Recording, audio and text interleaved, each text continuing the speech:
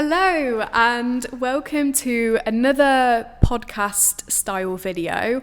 I really enjoyed filming my last one about my experience living in Berlin, so I thought I'd make it into a bit of a series because there's so many topics actually that I would love to discuss more in depth in this longer format. And if there's any topics you'd like me to discuss as well, then please let me know. I'm very open to ideas.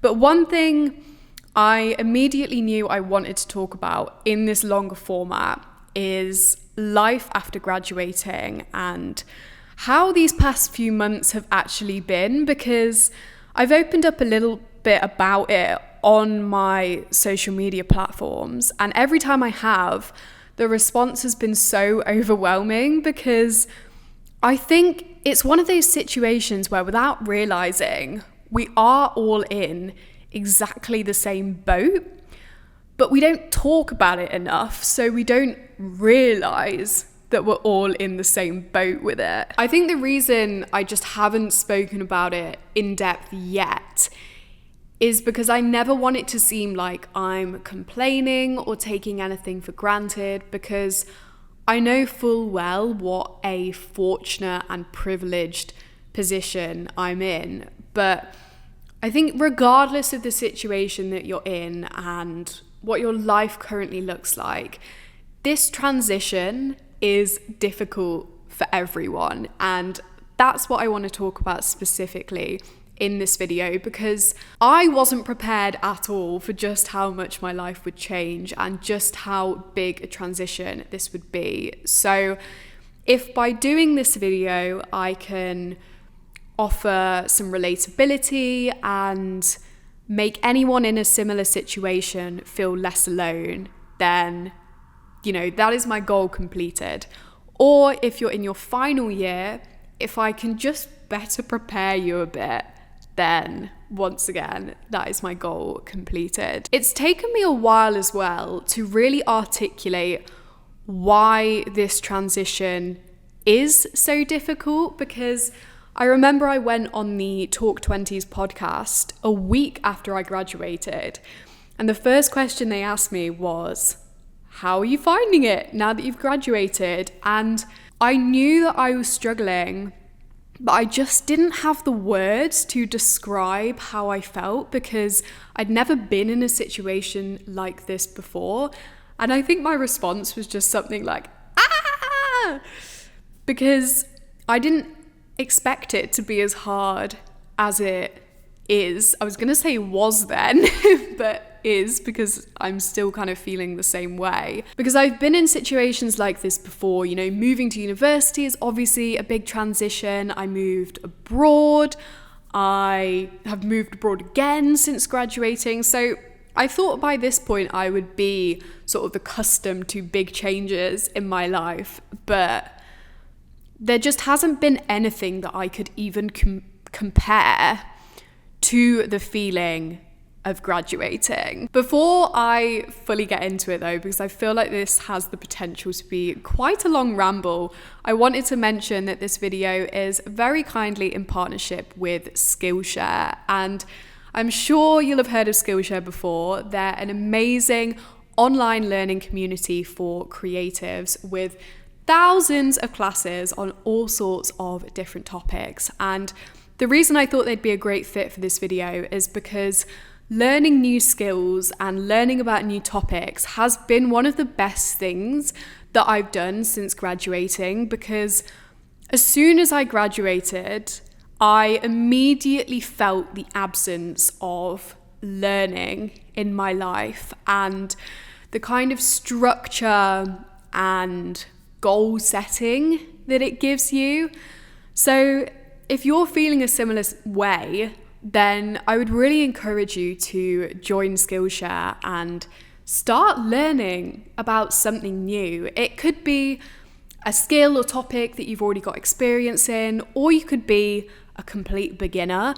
They've got classes on so many different topics on there. I can't even emphasize enough the range of classes that they've got. They've got photography, drawing, I even saw one actually that was about taking care of plants, which is probably a class I should take because I can't keep a plant alive. They also have amazing classes if you're looking to go into a creative career. For example, there's classes on personal branding and entrepreneurship and personal development. The class I'm currently taking actually sort of relates to that. It's called ChatGPT for Creatives, and it's all about using AI to enhance your creative workflow.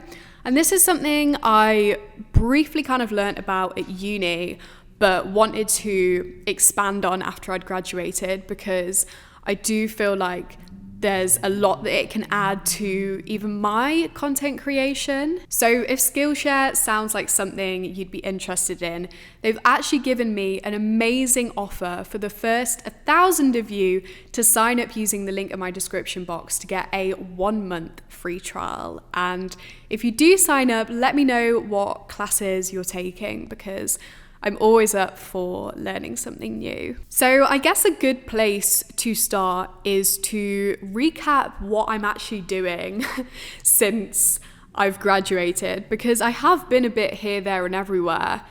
And that is sort of part of my plan, I guess. I am currently slow traveling with my boyfriend, which means that we're moving to lots of different places and staying there for between 1 month and 3 months. We've just spent 3 months living in Berlin, and we've also just moved to Canada, and we're going to be in Montreal for a month. So that has been super exciting. And whilst we're doing that, obviously I'm creating content. So it's been an incredible journey so far. And I feel like in a way that also makes it hard to do this video because I know so many people will look at my life and be like, wow, she's got it all figured out. She's living such an amazing lifestyle. And it's those feelings of comparison, I think, that are one of the biggest problems after graduating, because you might be comparing yourself to me, but I am simultaneously comparing myself to so many other people too. I visited my friend Megan recently in London, and she's recently started a big corporate job. You know, she's starting her career basically, and she's absolutely loving it. And when I visited her, I couldn't help but compare my situation to hers and think, wow, she's really got it figured out. She knows exactly what career she wants to do. She's at this amazing company. Is this what I should be doing? Because even though I'm so grateful to be in the position that I'm in, I do find myself constantly comparing to other people's situations, whether it's my friend Megan who's starting her corporate career, or other friends that I've got that are traveling, or other friends that are starting a business. And it's really hard not to feel left behind when all of the people that you're at university with are suddenly taking steps in life, but all taking steps in completely different directions. And I find that the constant comparison makes it really hard to enjoy what you're currently doing, because you're constantly second guessing what it is that you're doing. I was reading Stephen Bartlett's book recently, his first book. I think it's called Happy, Sexy Millionaire. And he was talking in one of the chapters about feeling like enough. And it really just resonated with this kind of topic for me, I think, because the constant comparison between your friends and other people since graduating, I think does boil down to not feeling like you're doing enough, not feeling like you're enjoying your freedom enough, whilst not feeling like you're working hard enough, not focusing on your future enough, whilst also not enjoying the present enough. And there was one quote in his book that was such a simple piece of advice, but was just so obvious when he said it. And I was like, of course. And the quote was, knowing that you are already enough will give you the focus, genuine motivation and therefore the consistency that you will need to pursue the things that genuinely matter to you for your own reasons. And I think there's so much to be said for just feeling like you're enough and knowing that you are doing the best that you can in this situation. And it's not about what anyone else is doing around you. It's about doing things that feel right for you and taking the necessary steps at your own pace. And those steps are going to look completely different for everyone. So for some people, it might be going into a grad scheme. For some people, the next steps might be traveling. For some people, it might be, I don't know, going back and working a part-time job that they used to work at college or sixth form. But it's about feeling like that is enough for you in this moment. So that's what I'm trying to work on at the moment, but it's definitely easier said than done, because at the same time, I feel like there's this looming question constantly of what am I going to do long term? Because as much as I am genuinely enjoying what I'm doing right now with content creation and with some of the side projects I've had, like writing the ebooks, I don't know what I want to do long term. And sometimes that really strips the enjoyment out of what you're doing currently, because I'm constantly worrying whether or not this is going to help or hinder some theoretical plan that I've got, because I don't have a plan. So how am I going to know if it's going to help or not? And it therefore also feels like a constant battle to not be left behind. But I couldn't actually tell you what I'm getting behind on. I think I'm just constantly worried about whether these few years or however long I do content creation for is going to look like a gap in my CV, or if it's going to be well regarded in the industry. Which industry, once again, I don't know. Like, these are all completely hypothetical situations, but they're so easy to obsess over, I think. And especially seeing friends start grad jobs and going on LinkedIn and someone's got some sort of amazing announcement every time you're on there, it makes it really hard not to compare your plan to these people, even though the likelihood of these people having a long-term plan is also very slim. Saying that, actually, if possible, I'd say one of my main pieces of advice when graduating is stay off LinkedIn. It can obviously be an amazing platform when you're looking for jobs and making connections and networking, all of that kind of thing. But I also find it to be one of the worst places for comparison, and I don't know, it's just got this kind of toxicity to it sometimes, especially in this period of time, I think, that's just not healthy. I went through a period of time a few months ago where I was obsessively looking at LinkedIn, looking at what other people were posting, looking at jobs available, even though I wasn't looking for a job. I was just obsessively looking at what I could be doing, basically. And that's just not ever going to put you in a good frame of mind. I think one reason I was obsessively looking at jobs a few months ago is because without realizing, I was really missing the structure and routine that my life had when I was at uni, because I think the whole setup of uni and the education system in general gives you this external locus of control, because there's someone else setting the deadlines, there's someone else telling you what the next steps are going to be, there's someone else telling you how you could improve.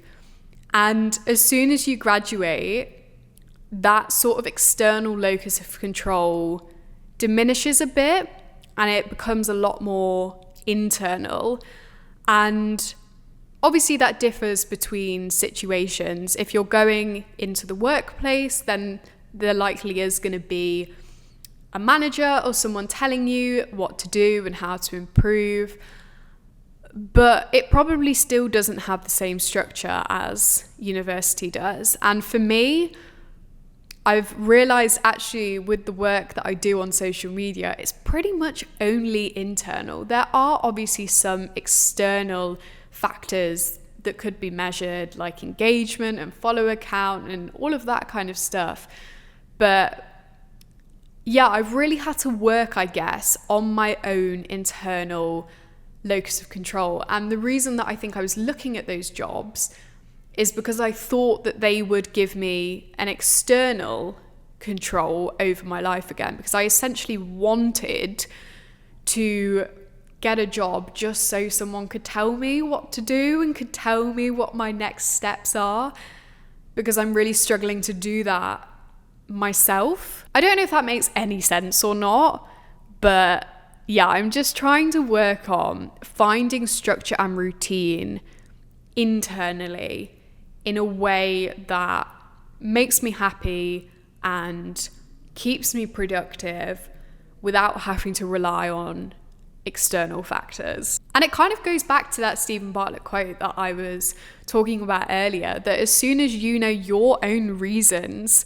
for doing something, that is when you will get the genuine motivation and consistency. So I'm gonna wrap up this video here, I think, because I feel like I've waffled enough, but I hope that you've got some value out of this video. And I guess the overarching message that I would just like everyone to take away is that you are not alone in however you're feeling after graduating.